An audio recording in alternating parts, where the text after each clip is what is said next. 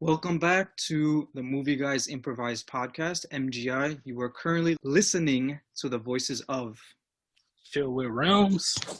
Jurassic Mark. and Faerhad Targaryen. Last month's episode was Black Panther. Great film. We all had right around the same score. We all recommend it. So if you have not seen Black Panther, wow, you should definitely go and see it. Go and check out that movie. It was on Netflix. Now it's on Disney Plus. Check that movie out. Once you've seen that movie, check out our podcast review of it. And for today's episode, we're going back to the realm of anime. Get it? The realm of anime. I see what you did there. My Hero Academia, the two heroes.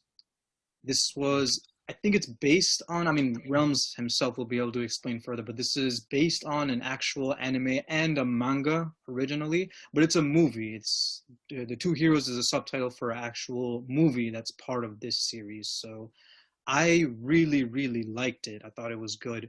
But before I get ahead of myself, Realms, tell us about what it is and why you chose it for today. All right, so you got a story about a boy who's living in a world where everybody is starting to get different types of powers and quirks, and he ended up not getting a quirk.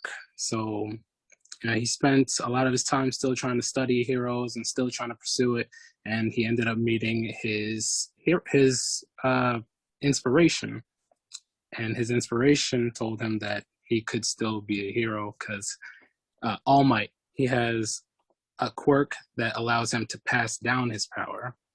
And that's how his journey begins, essentially. Now, are quirks the same thing as superpowers in this mythology, or is that different?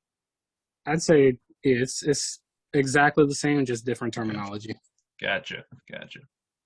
So before doing the deep dive into Two Heroes, let me just ask you right off the bat, what is the main character's nickname? Was it Riku or Deku? Forget it. Deku. Okay, got it. Deku. So, yeah. Deku. So, Deku. Oh, sorry. It's like he's gonna come up and deck you. Deku. Deku. Yes. Deku. Yeah. Got it.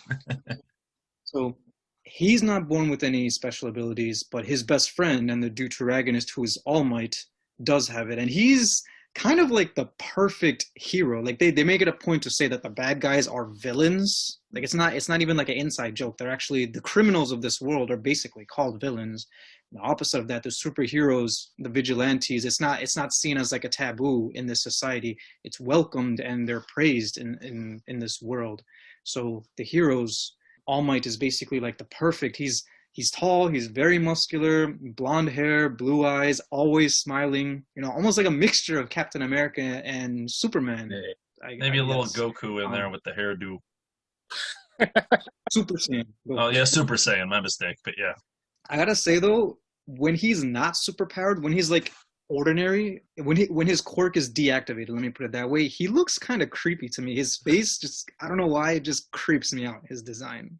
Do you guys feel that way too, or is it just... He's got these hollow eye sockets or something, because you can barely see his eyes. You can see like a tiny glint in each eyeball, just surrounded by like this black, dark ring. So yeah, it looks a little unsettling. Kind of like Scarecrow in some of the Batman comics, almost. Oh, true. A lot of it because of the reason that he's sick. Like the fight that he had with One for All left him kind of in a state of deterioration because they show a younger version of him in the beginning of the movie, and he doesn't look like that. After the fight, that's pretty much all we've seen of him when he, powers down. Very true. Yeah, when they were showing that opening scene, and then it cut to like the airplane with Deku and All Might on it, I was thinking, was that all just a dream? Because we see him on the airplane in his deactivated form, right? His ordinary form. So I'm like, was that all just a dream? And this dude is just dreaming of being built like that? But then we see, no, that's a flashback, and that all actually happened. It happened in California. They were saying how All Might is from Japan, and he showed up in California to be the superhero. And then we get to learn a little bit more about Deku. We get some flashbacks of him and how he was watching All Might on TV, and he was sort of crying, like happy crying, but no, he was like crying, and his mom was also crying because his mom could see how he's really looking up to All Might, but he himself doesn't have those particular superpowers.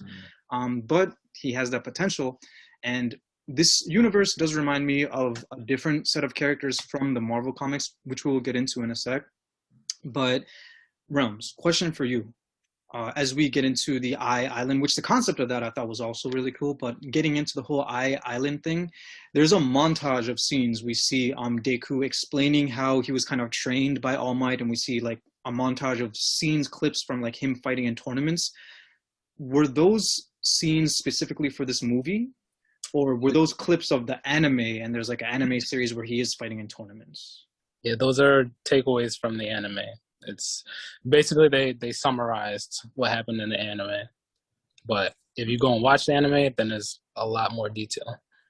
Okay, yeah, that makes sense. Like the anime would explain, and this would explain your explanation, how it's showing he has potential. It's not like he has absolutely no quirk at all, because the whole one for all thing, which is All Might's quirk, right? That's what he calls it, one for all, is what's going to be passed down from him to Deku. So when he was first explaining it, I was wondering, is that something specific to All Might? Is that his quirk, one natural ability of his, is the ability to pass it down from generation to generation? And it's not something about quirks in general in this universe. And part of the reason I asked that is because if one of the reasons why All Might is getting sick is because he's passing down his power, then how does he even have that power? Like he's able to still become, super All Might, and he gets sick while he's in it, but he's still able to do it. So if he passed it down, how does he still kind of have it? You know what I mean? That I found a little bit confusing. Well, with that, it's a power. Well, all right, let me break down how the power works. Apparently, it goes a lot further back, and every time that it's passed down to the next person, it gets more and more powerful, and it essentially multiplies as it goes down. He passed it on to Deku, and it's slowly fading away from him. Got it. Okay. So, like you see in the movie, he's saying he can only hold that form for about 3 hours a day, most. Yeah, it probably used to be more before he decided to pass part of it down to Deku. Yeah, I think it was more when he first passed it down to Deku, and then there's different fights that happen within the series that kind of limit him even more.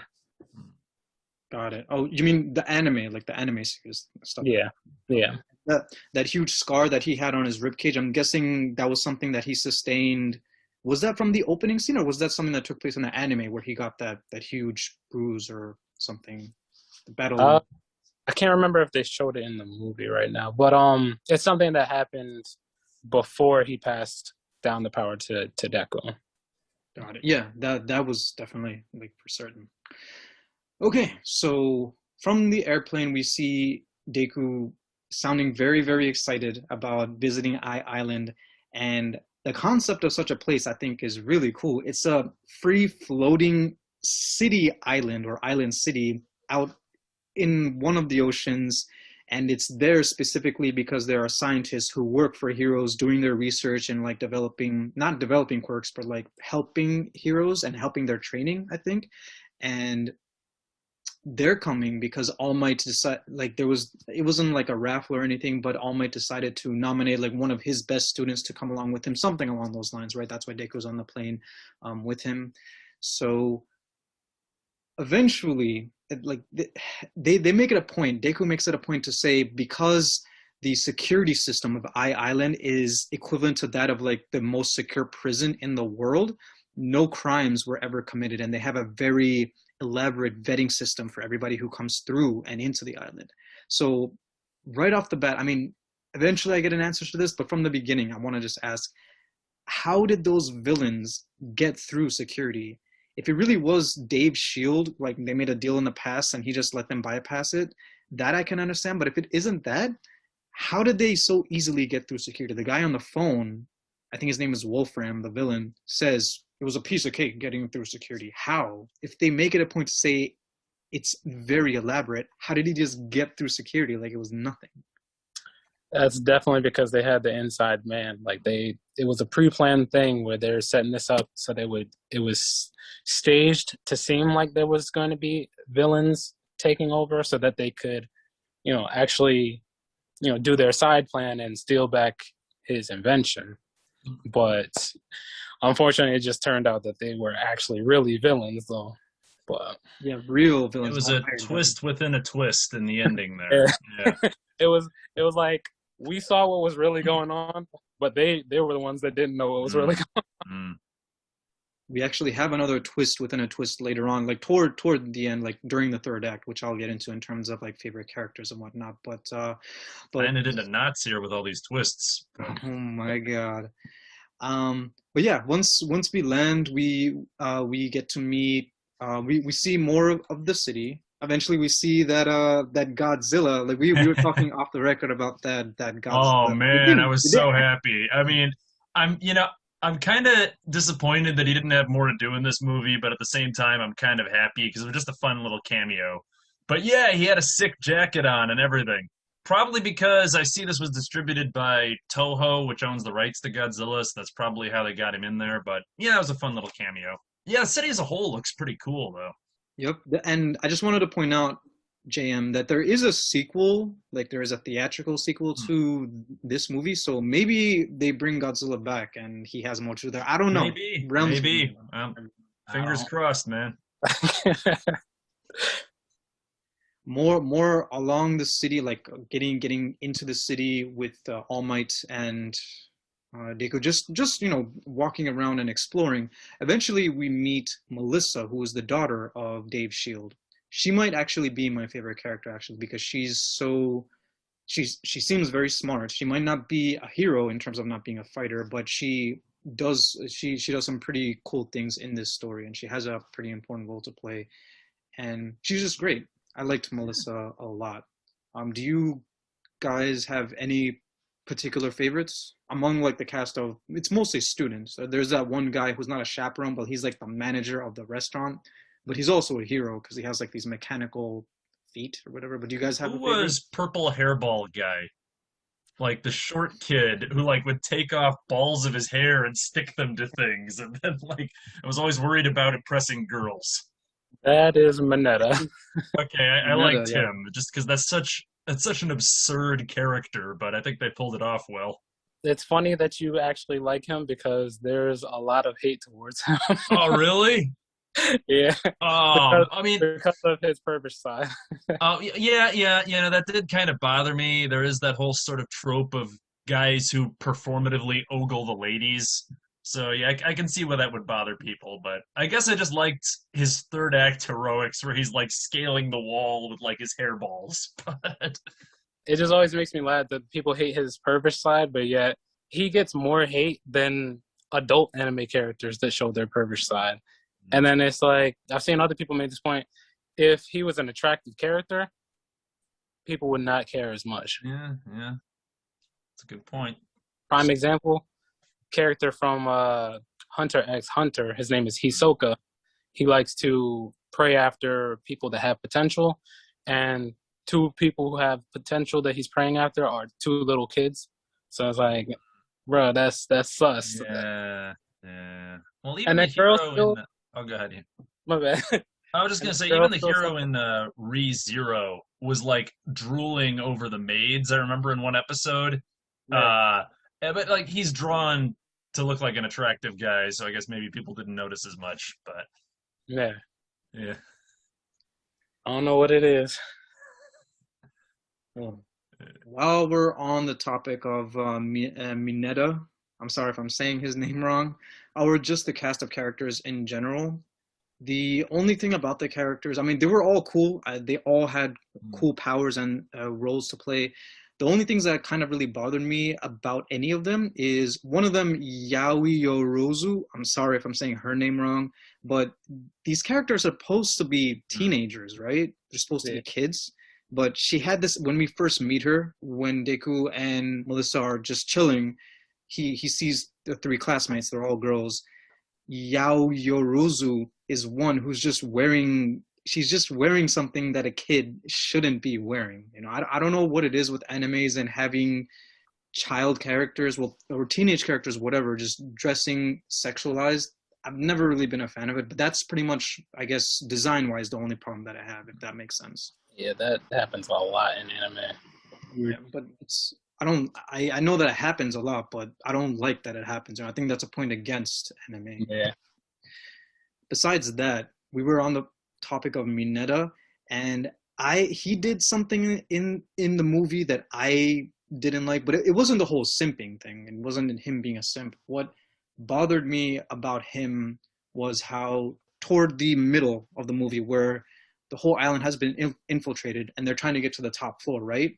Before asking anybody, especially Melissa, who knows, she's the only one who really knows the way around the building, he just pulls a lever, and after he pulled that lever, the villains were able to see exactly where they were. He just preemptively did that instead of just waiting and asking, hey, what happens if I do that? He just does it, you know? And then later on in the movie is when they have him crawling through the air ducts, that they're kind of like pleading with him, and he just kind of becomes a hero for doing that.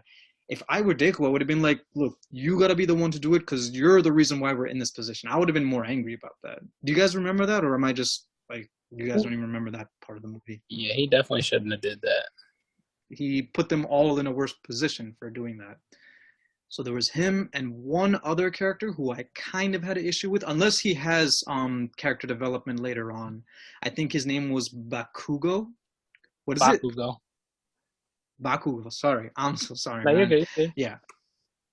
So he was just so angry. He was just so mad at everybody all the time. Like, why? What is your problem, dude? Like, chill out.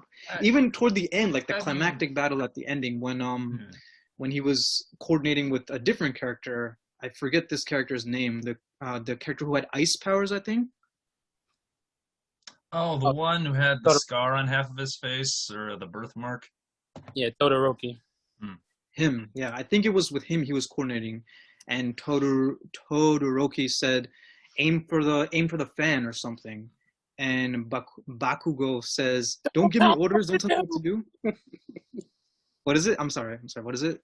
No, I was just yelling, just random shit that he would say. Yeah, it wasn't Tell me working. what to do. Yeah, but hello, we're trying to fight a supervillain here. A supervillain. Yeah, but really... come on, we all knew guys like that in high school. Like, let's be real. You know, like that is kind of realistic insofar as the way some teenage boys actually behave. Like, don't tell me what to do. I'm gonna fight everybody in this gym. Like, let's do it. You know, just idiocy. It comes with testosterone. Right. He's like that. I get that his personality is totally like that. But toward the end where, you know, people's lives are at stake, do you really have to continue being that way? I would be a little more okay with it if he has some character development later on. I mean, again, there is a sequel to this movie and there's the anime series. So as long as just like Vegeta is probably the most evil character who has some of the greatest character development ever in Dragon Ball Z, right? So if he has something along those lines, then I guess I would dislike him a little bit less. He's more evil than Pickle Guy?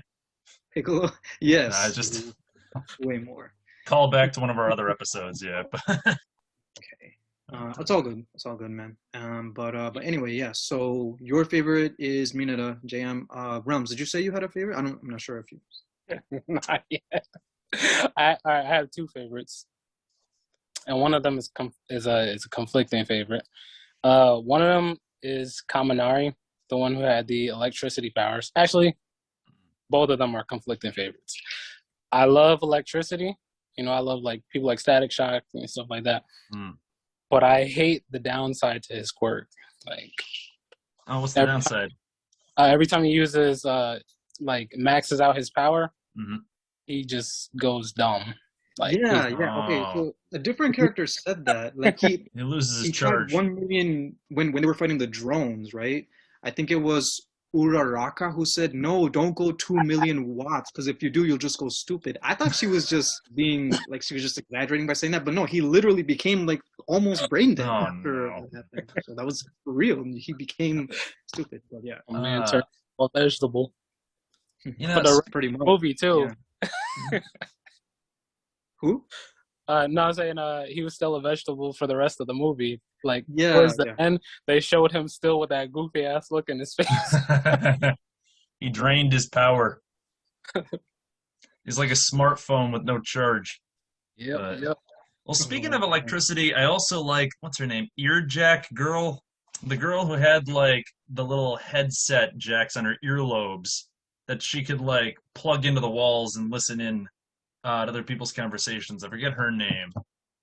I'm blanking on it right now too. I Hold know who you're on. talking about, though. Yeah, like all the Yeah, characters yeah. that Well, she was cool because I thought it was neat to me that this turned out to be a bit of a heist movie. Like I was expecting a straight up, straightforward action film, and it turned into, more of an Ocean 11 style plot to like bust into a secret room and do something. Heist movie, just like The Sting or something like that. And I think she played into that a little bit. It was more than I had expected. It's Hmm. not what I was expecting. So yeah, kind of in agreement with you there. And that was Jiro. Got Cool. it. Okay. So you'd say those two are your two favorites, Jam? Okay. When I said I liked the other guy, I wasn't aware that he was a perv, so now I feel dirty. But I think I just liked how ridiculous his powers seemed because he's got like globs of hair that he sticks to crap. But Yeah. And it affected his scalp. Okay, so this actually plays into another thing that I wanted to talk to you guys about. So this story, like the concept of My Hero Academia in general, when I was mentioning earlier that it reminds me of a Marvel Comics characters, what I meant was it reminds me of the X-Men because the X-Men mutants are born both genotype and phenotype. In this show, it's more of a genotype, but we do see phenotypes. But they're born with special abilities that vary across all different types of superpowers. Okay, so the comparison that I wanted to make that I'm just kind of curious about: are all the heroes, are they born with their abilities, or are some of them like cybernetically enhanced? And I say that because the like character Wolverine? you were like Wolverine? Well, Wolverine was born with claws. It's just he was enhanced to have metal claws, but he always had claws. But I mean, in this story anyway, with Jiro and Aida, the manager of the restaurant, the first time we see him, he's like in this metal suit, like kind of like a War Machine suit. But later, after the dance gets ambushed, we see his mechanical calves get burst out of his dress pants, and I'm like, wow, okay, so they're like he's kind of cyborg-ish. He couldn't have been born that way, or maybe he was. That's why, like Realms, I'm asking you: are all these characters born with their quirks, or are some of them like cybernetically enhanced?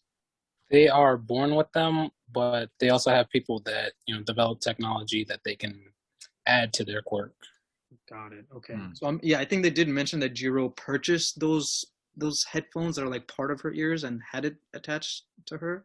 I guess the same thing happened with Aida as well. I don't know. That's just something that I was wondering about throughout, like how this universe generally operates. Going more so into the third act. One thing that I was wondering, like again with genotypes versus phenotypes, in the plant room, right? Some of the villains, they sort of burst out of their human body, and that's why I'm saying it's genotype versus phenotype. Not all characters' appearances change that much, but one of the villains completely, they turn into like basically a monster, right? So, however, the students of 1A are able to keep up with them, and they haven't even reached their full potential. They're just kids. So I wonder, as they're still kids, they're still teenagers, they are probably going to become much more powerful in the future movies or the anime series, right? Like, Realms, have you seen more of this series, or have you only seen the Two Heroes movie and not beyond? I've seen more of the series, and then I just never had a chance to see this movie. Actually, any of the movies. They're up to 3 now. So does this movie take place after however much you've seen of the anime? No, it takes place a little bit. I want to say this movie came out, and then I think 2 more seasons came out after that. Got it. Okay, so you've seen some of the season that came after this movie? Yeah. Got it. Okay, and yeah, I guess you can go ahead and confirm for us, even though this will be a spoiler. Do the kids become considerably more powerful in the future? They definitely do, and a lot of the reason why they can, outpower these villains that we see in this movie is because the school that they go to, it's essentially to help them develop their skills. So they've been Yeah. with this movie. That's part of the whole point of the whole island thing, which is cool. I thought, and that was interesting, and it seemed like it was kind of like a tourist attraction, but it seemed like other people could have lived there too, because during the lockdown, 3 girls in, I guess, a dorm room. One of them didn't have a face. They were about to play Uno, and they were like, I think she was invisible or something. But yeah. Oh yeah, she was invisible. Yeah. Yeah, I don't know if everybody there were like heroes in training, or if they were just residents or occupants of the island. Either way, I just thought it was an interesting concept. Superheroes go on vacation too. They're people. True. Yeah. But yeah, toward the middle of the third act, it's revealed that Mr. Shield actually hired these villains to have this lockdown so that he could unlock the special weapon to help All Might. And then right at the ending, there are 2 double crosses. We learned that the villains are real villains, and it's also kind of revealed that Sam, the assistant to Mr. Shield, also was probably having like conversations with Wolfram to double cross him and go behind the back. So it's another twist within a twist. But I liked Sam. I didn't think that he was going to be a villain. I'm not surprised with that twist, but I liked him. Like I felt a little bit bad that he felt kind of sidelined, but he could have. Dave seems like a pretty good guy. If he felt like he was getting underpaid, he could probably just talk to him as a boss and be like, "Hey, I've been working really hard. I was wondering if we could talk about like a raise or something." I feel like he didn't have to go the wrong way for that. But he gets shot. Dave sacrifices himself. Thankfully, he didn't die, but he sacrifices himself like before Wolfram tries to shoot him dead as well. And then Wolfram says, maybe we should take the daughter out of the equation. Like, what are you thinking? You really think if you kill Shield's daughter that Shield's going to work for you? I feel like Dave would have gone ballistic if Wolfram actually successfully killed Melissa. Thankfully, that didn't happen either.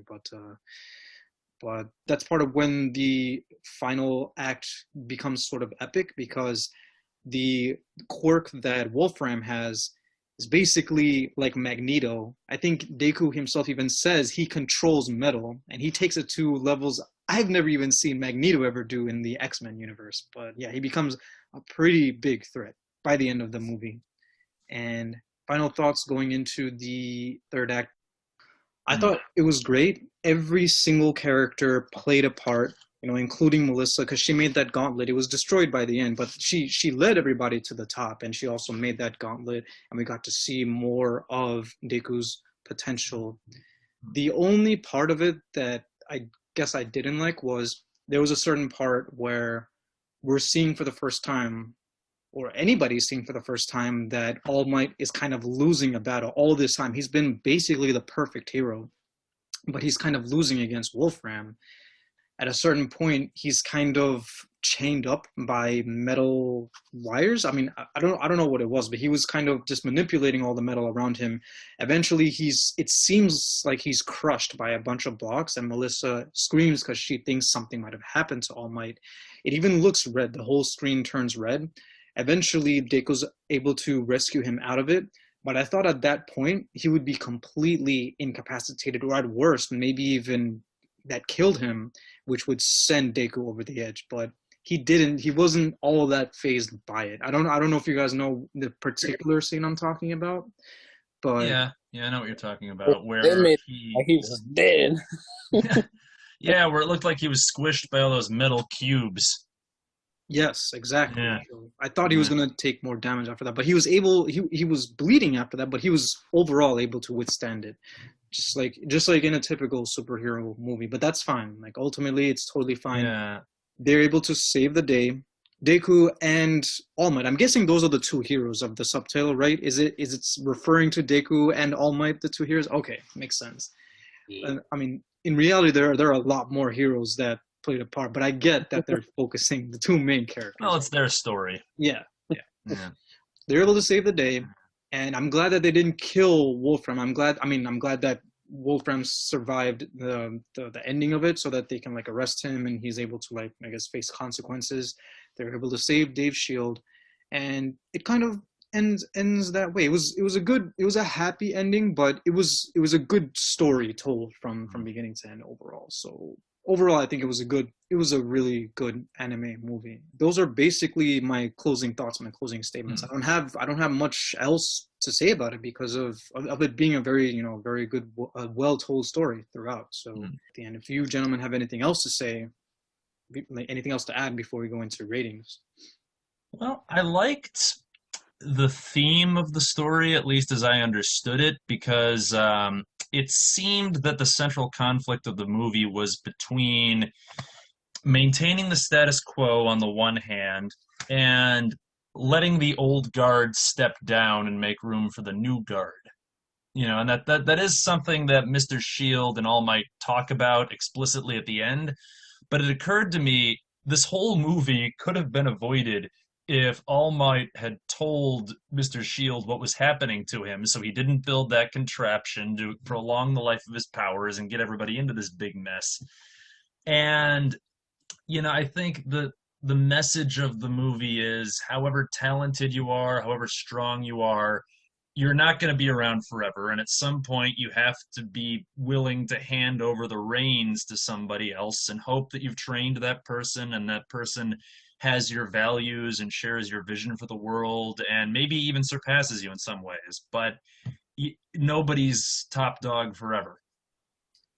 Yeah, I think you're spot on with that, JM. And the cool thing about it is that All Might was never arrogant about the power that he had. Like he was very very much looking forward to passing down the mantle to Deku and everything, So maybe he didn't tell Mr. Shield because he didn't want it to complicate their relationship. I think maybe he just kind of liked being best friends with Mr. Shield and those two sort of being, a self-contained team, and he didn't want to complicate it by throwing his protege into the mix. But maybe if he'd been more open about what was happening to him, again, none of this might have happened. I think, or maybe I'm hoping we can all agree that All Might telling Deku to keep it a secret, him passing One for All down to him, was a mistake. Because if he had at least told Dave, then Dave wouldn't have hired a mercenary fake villain team that ends up being a villain team, and all hell breaks loose. All of that could have been avoided if All Might had just shared that one important secret with his best friend. I feel like he should know that he can trust Dave with that sort of thing, And it's because of All Might that he risks the security of the island and everything for him, So not that he saw that happening, but you're also right, JM, because when All Might is all strapped up on the auditorium or the podium, he sees Deku up top, and he knows what Deku and his classmates are about to do. And at first, he's like, he doesn't want Deku putting himself in harm's way. But then he's like, who am I kidding? This is my protege, so we're gonna have to count on them to save the day. So yeah, he has to trust him, and he does, and they all prevail in the end. So happy endings aren't always bad, but anyway, I didn't mean to go off on a tangent, but that's all. Realms, any other closing statements before we go into ratings? After what Mark said, you essentially wrapped up what I was going to add to it, that essentially another side lesson is communication. The only thing else I can add to it is he should have had at least a little bit more faith in, being able to tell his friend. Like, I understand he did mention at one point that one of the main reasons why he didn't want to tell was because when people find out about, information like that, it puts them in more danger.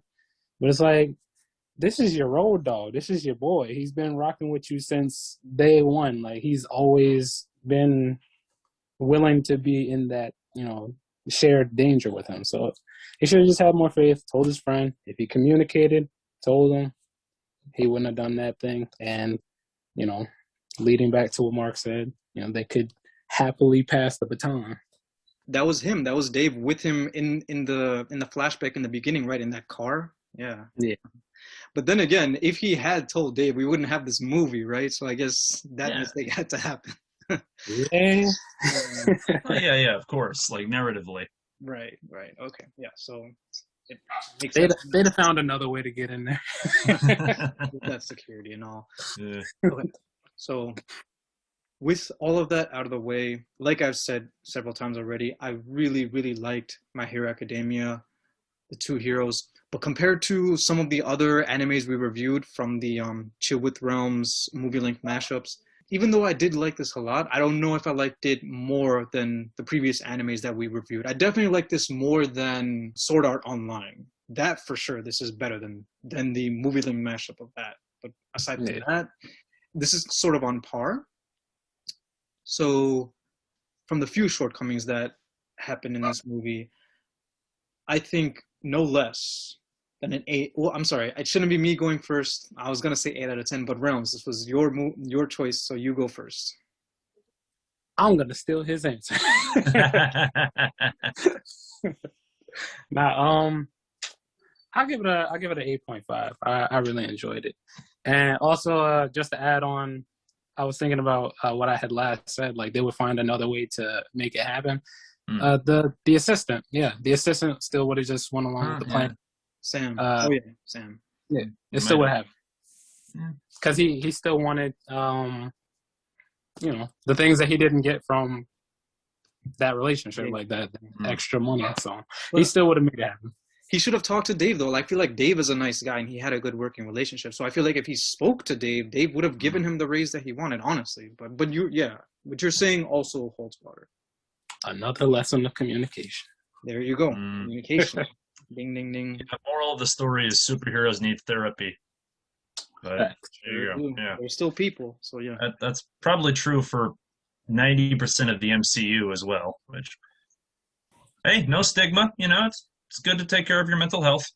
I'd also give it an 8.5, actually. That's what I had written down. So, all right, we're pretty close to a consensus on this one. I think, speaking of somebody who hadn't watched the series, I was able to follow what was happening pretty easily. I liked that the story established what the stakes were early, which meant that there was a lot of narrative momentum, but it planted its twists really effectively, and I liked how fluid the animation was too. In some anime, I feel like the number of frames they actually animate is a little bit lower than in this one, but in this one it felt more fluid, when people were throwing punches and whatnot. Yeah. So I very much enjoyed this movie. It knew what it wanted to do, and it did it. Very good. Very nice. Yeah. So I'm gonna jump slightly lower than you guys. I was gonna give it an 8 out of 10. I think I'm gonna stick with that, honestly. I still really liked it, and I would watch it again for sure. I thought you were gonna be like, I changed my mind, 7.5. He's retconning us. He's retconning us. No lower than 8. Definitely no lower than 8. And we'll definitely put the link to watch this in the description as well. Absolutely. But yeah, so great choice, Realms. Thank you for that. Yeah. Nominating me as Thank you. I'm glad y'all enjoyed it. You're up, JM. Well, I had a feeling. I was gonna say I had a feeling what you were going to nominate, but off the record, you already disproved me. But go ahead. No, yeah. I don't think it's any secret to anybody who's followed me, like on Twitter or whatnot, that I'm a huge Godzilla junkie, and I was hyped for Godzilla vs. Kong. But I figure everybody's reviewed that movie at this point. It's like the biggest hit of the year so far. So, we could probably stand to go off the beaten path a little bit. And as I mentioned in the discussion, at a certain point, My Hero Academia started to feel a bit like a heist movie. So from there, I feel like it's a quick jump to another great genre, prison break movies. And so I'd like to nominate one of the granddaddies of all prison break movies. It's called The Great Escape with Steve McQueen. Came out in 1963. It's free to watch on YouTube. It's supposed to have one of the better motorcycle jump scenes in like all of cinema, like a legendary series of stunts. So it's been on my to watch list for a couple of years, and I'm curious to hear what you guys think of this. I haven't seen it myself, so this will be new for all of us. All Hey. Expect another classic from you, JM. I haven't seen this, but you said it's a 60s movie, so Yeah, it always comes up on those lists of great action movies or great like Prison Break or POW escape movies. It's set during World War II. filmed in the 60s. Yeah, it came out in the 60s. Okay. All right, I'm up for it. That'll be it for the next episode. So, yeah, we'll see. I haven't watched a heist movie. The closest heist movie I can think of, the last one I watched was maybe Inception, but that's a completely different movie in its own. I don't think it'll be anything like The Great Escape, but what do I know? Yeah, again, this one's more like a busting out of prison movie, and if it gives you a sense of what this film is about, do you remember that movie Chicken Run? No. Like the claymation chickens breaking out of like the hen house. I think that was inspired by this a little bit. Oh, okay, we got to watch that movie too one of these days. But okay, well, we'll start with The Great Escape. But all right. All right. All right. We'll start with, that'll be for next episode. Thank you all for listening to us for this episode of MGI. You have been listening to the voices of Chill with Rounds, Jurassic Mark, and Faerhad Targaryen. So this was our anime episode. Catch us again next month for The Great Escape. We out. Go Knicks. Go Knicks. Yeah. There for the Knicks. Woo! First good season in forever. I wish Melo was still there, man. Melo, yeah, he gets a bad rap now. A lot of Knicks fans are like retroactively dumping on Melo, but come on, he gave us some great basketball. For real. Yeah, but I mean, hey, RJ's having a great season. I'm pleasantly surprised by Derrick Rose this year. Yeah, we got a good crowd. All right. Good shit. All right.